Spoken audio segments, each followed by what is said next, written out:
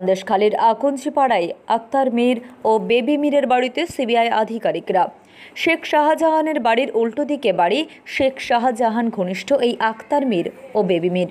এবার শেখ শাহজাহানের বাড়িতে সিবিআই প্রতিনিধিরা আক্তার মীর ও বেবি মীরের বাড়ি থেকে বেরিয়ে শেখ শাহজাহানের বাড়িতে যায়।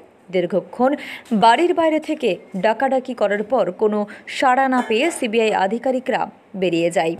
শেখ শাহজাহানের আসল বাড়িতে ডাকাডাকি করার পরেও কারোর সাথে দেখা না করতে পেরে অবশেষে সরবেরিয়ার তার নতুন যে বাড়ি সেখানে আসে সিবিআই আধিকারিকরা, কিন্তু সেখানেও গেট বন্ধ থাকায় তাদের বাইরে দাঁড়িয়ে থাকতে হয় দীর্ঘক্ষণ।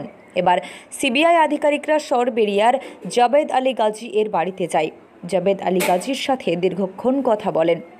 মূলত শেখ শাহজাহানের বাড়িতে যেদিন ইডি এর আধিকারিকদের ওপর আক্রমণ হয় সেই সময় যাদের ছবি দেখা গিয়েছিল আর শাহজাহানের বাড়ি থেকে বা শাহজাহানের অনুগামীরা যাদেরকে ফোন করেছিল তাদের বাড়িতেই আজ সিবিআই আধিকারিকরা।